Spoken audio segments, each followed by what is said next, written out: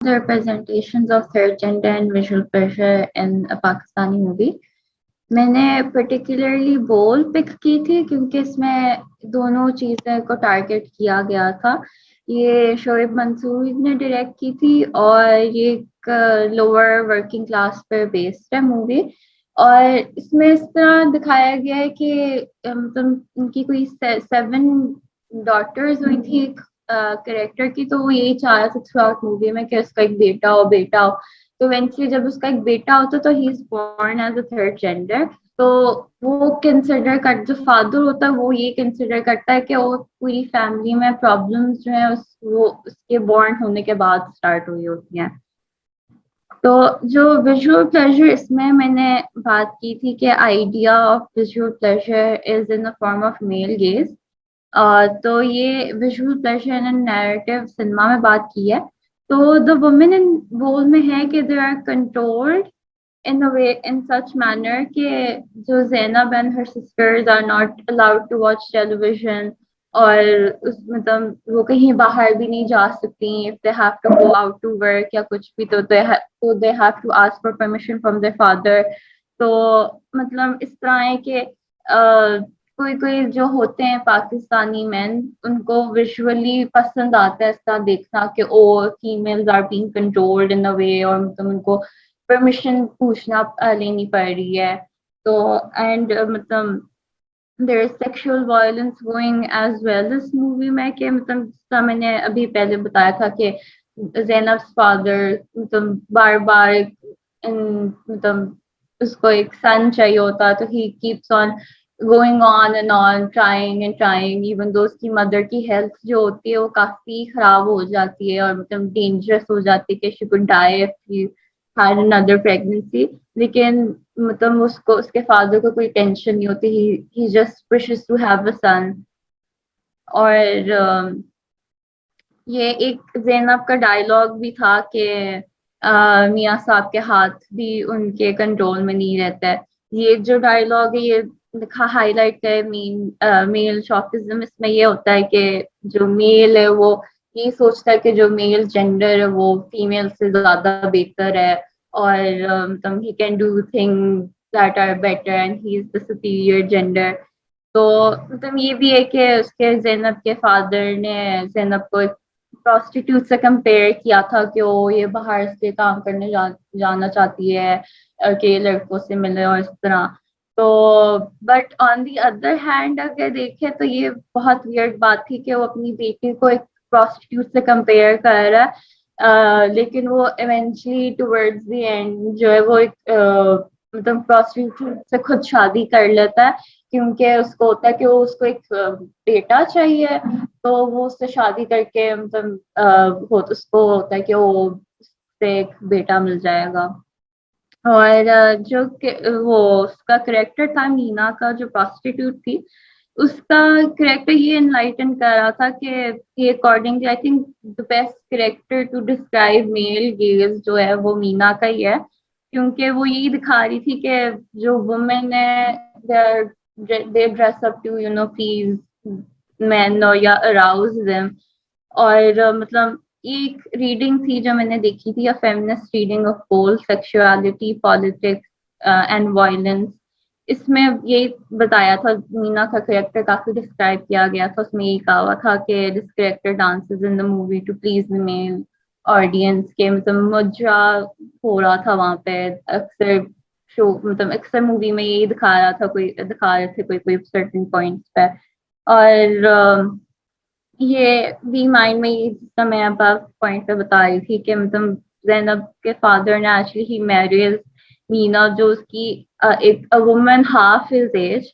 और ये भी मतलब male gaze he in a way I consider क्योंकि मतलब आई थिंक इन अ वे लोगों मेल्स को पसंद आता है कि अगर दे या they find it appeasing if they marry a woman half their age या इस तरह। तो और अब फिर नेक्स्ट मैंने थर्ड जेंडर की बात की है। उसमें गॉफमैन ने अपने ये स्टिग्मा नोट्स ऑन मैनेजमेंट और स्पॉइल्ड आइडेंटिटी पे स्टेट किया हुआ था कि सोसाइटी जो होती है वो अगर कोई सर्टेन वे कोई मतलब पोर्ट्रेट नहीं हो रहा, जिस तरह अगर फीमेल फीमेल वे में नहीं मतलब वो अपने आप को पोर्ट्रे करी, या अगर मेल अपने उसमें नहीं पोर्ट्रे करा, तो वो एक बहुत फॉरेन चीज कंसिडर की जाती है और बहुत अजीब कंसिडर की जाती है। तो इसलिए उसके जो उसके ऊपर पॉइंट होता है वो बहुत जज्ड होके बनता है।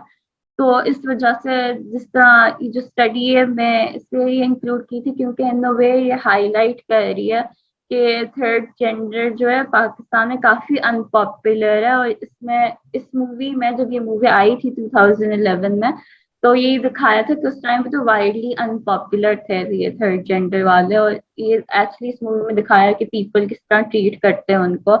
ये तो अब जाके इस तरह हुआ है थर्ड जेंडर का कि अब उनको एक्चुअली में जाके 2021 में जाके अपने राइट्स मिलने शुरू हुए हैं कि they can actually open their businesses या वर्क समवेयर। और जो बोल है ये दिखा रहा है कि हाउ जो the third gender live and what they do, कि द ऑडियंस उस टाइम पे कि उनको समझ आए कि किस तरह वो लोग लेते रहते हैं और कि वो एक्सेप्ट कर सके इन लोगों को। और एक ये मैंने सीन्स यहाँ पर डिस्कस किए हुए हैं कि एक वन पर्टिकुलर सीन में जो सैफी था, जो उसका जैनब के फादर था, जो जिसका बेटा थर्ड जेंडर था, वो एक था कि एक सीन में वो चुपके से कोने में दुपट्टा और मेकअप ट्राई कर रहा था अपने बहनों का। तो जब वो मतलब उसकी बहनें दे वॉक इन एंड मतलब उसको डांट पिटती है कि इस तरह क्यों कर रहे हो, बी अ मैन, और ये मतलब मर्दों वाली हरकतें तो नहीं है। तो ये होता है कि मतलब वो अपनी बहनों से भी नहीं शेयर कर सकता कि मतलब उसकी क्या ट्रू फीलिंग्स हैं, वो क्या बनना चाहता है। और हमने यही देखा था कि उसकी जो लाइफ है वो मतलब उसके घर के ही इर्द गिर्द रिवॉल्व अराउंड करती थी। कि वो मतलब अपने फादर के सामने भी इतना नहीं जाता था और सोसाइटी में भी नहीं निकलता था, क्योंकि मतलब यही दिखाना चाह रहा था कि ये पूरा मूवी के मतलब थर्ड जेंडर की जो लाइफ है वो बहुत ही इट्स वेरी हार्ड। और वो मतलब सोसाइटी में भी अपने आप को नहीं खोल के रह सकते। और मतलब जिस तरह उसकी बहन ने उसको जज करी थी, मतलब father he didn't even want him, कि वो मतलब दिखाना चाहता है कि मतलब क्लोज लोगों के साथ भी वो अपने आप को सीधा ओपन अप नहीं कर सकते हैं।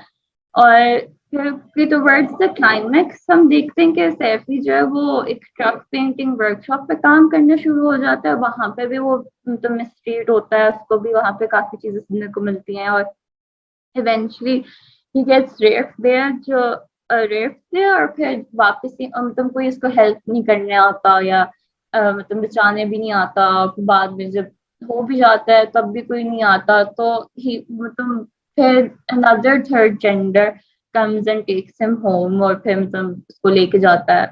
तो फिर ये होता है टुवर्ड्स द एंड सैफी को खुद ही मतलब प्रॉब्लम्स होता है कि वो प्रॉब्लम्स काफी फेस होती हैं, कि उसको डर लगता है कि मतलब जो उसकी प्रॉब्लम्स होंगी वो किस तरह वो फेस करे, जिस तरह वो मतलब अपना रेप के बारे में भी नहीं डिस्कस कर सकता था। और मतलब वो यही था कि मतलब वो थर्ड जेंडर के पास कैसे जाए, किस तरह मतलब उनसे भी बात करने से वो डरता था, अपनी फैमिली से भी। तो इसका जो फादर था वो ये कहता है कि यही सोचता है कि maybe the problems will end if he gets murdered या इफ ही इज डेड।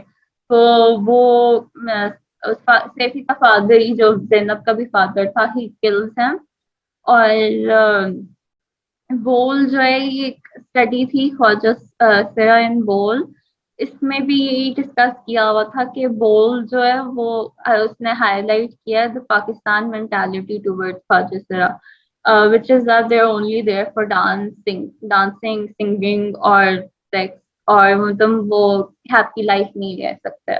तो ये यही था कि 2011 के टाइम पे तो काफी उनका मतलब बहुत ही बुरा उस टाइम पे ट्रीट किया जाता था। अब वो जाके थोड़ा सा उनका बेहतर हुआ है। तो that was it. All right. Thank you, Ramsha. I think it was a nice presentation. It was a strong presentation. Gee, anyone, any questions? Questions पूछा करें please. Question and comment, add, give suggestions to Ramsha.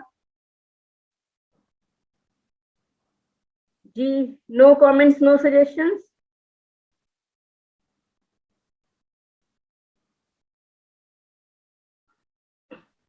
All right, Ramsha, I think कि जो सबसे strongest part था कि you followed all the instructions related to attempting exam or assignments, right?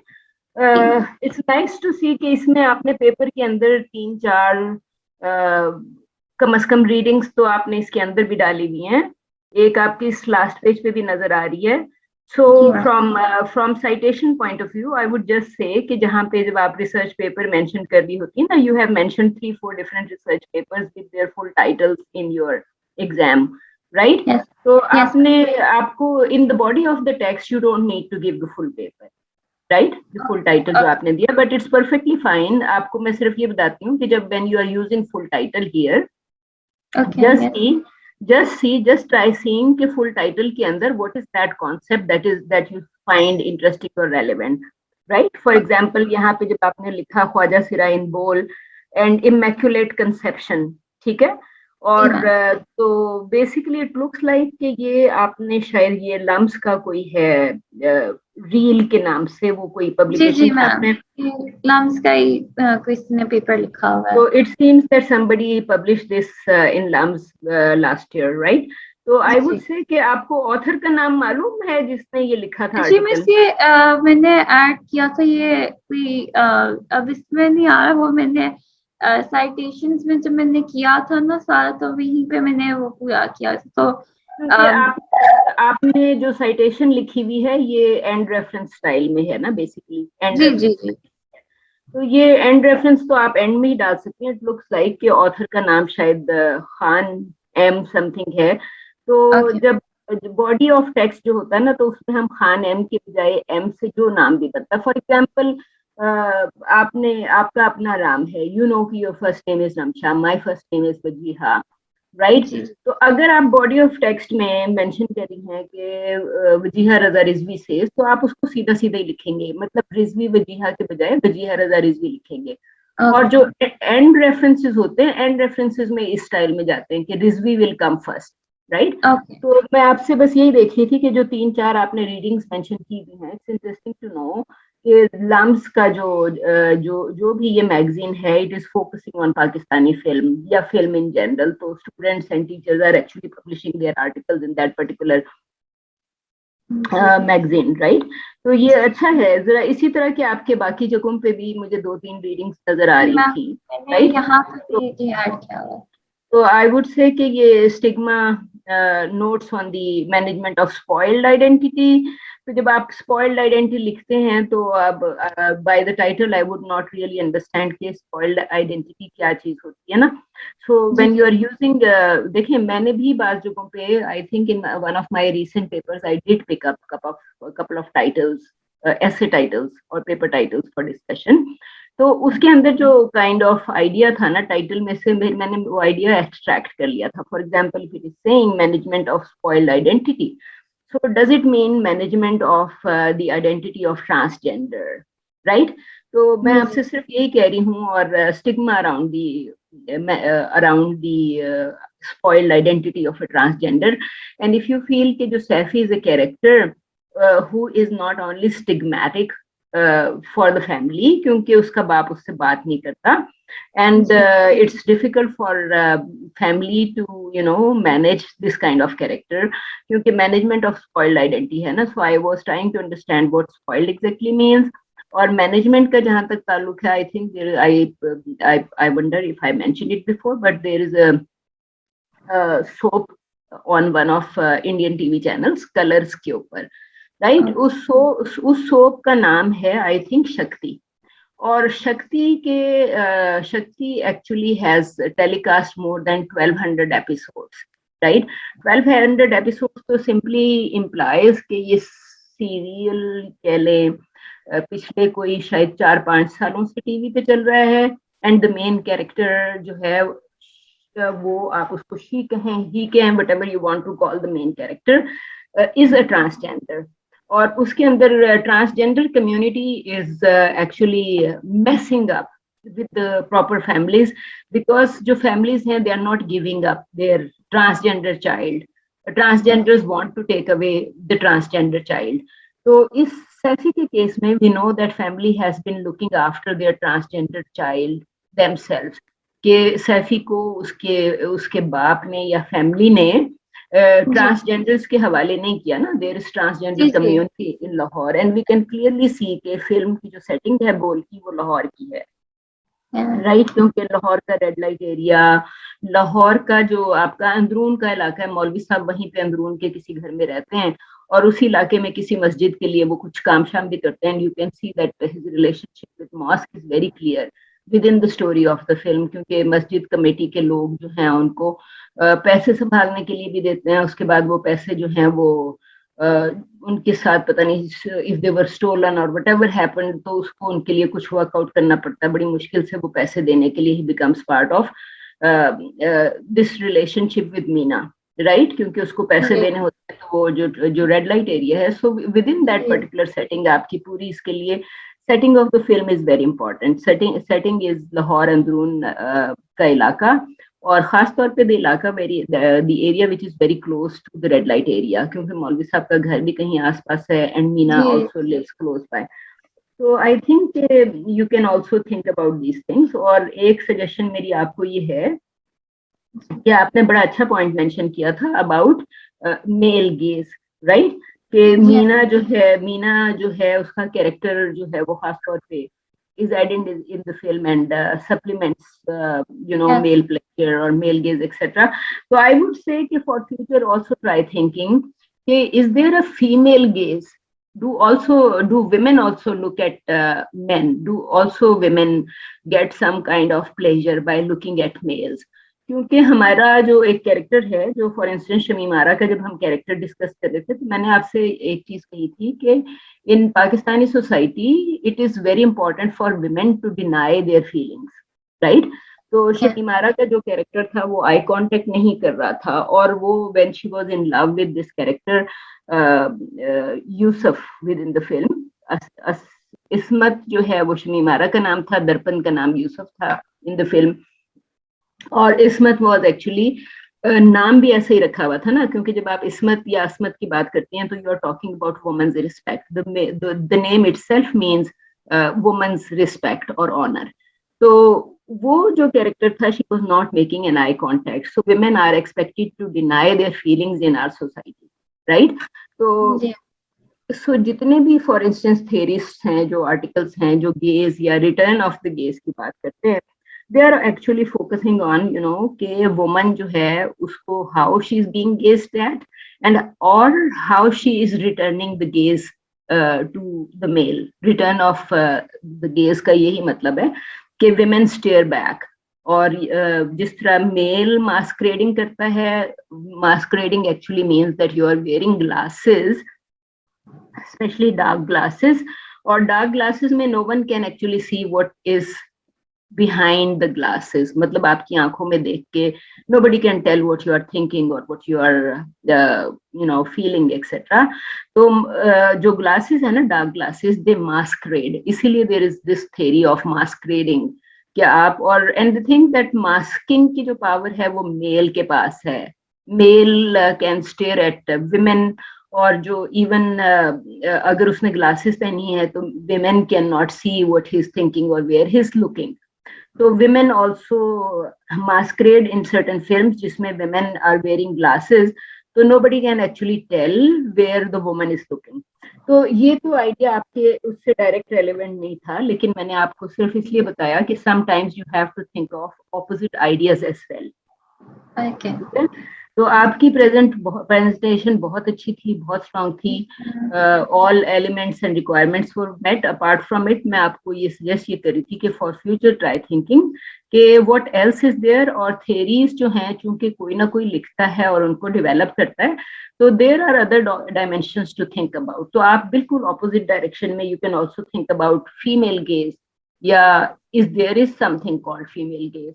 Do women also stare back? Do women get pleasure by looking at men? क्योंकि हमने जो visual pleasure पढ़ा था वो मेल पर्सपेक्टिव से पढ़ा था कि मेल जो है आपने खुद भी कहा अपने पेपर में कि जो मीना है वो प्रिपेयर करती है फॉर प्रिपेयर्स हरसेल्फ या women prepare themselves to please men कि वो मेल को अच्छी खूबसूरत नजर आए.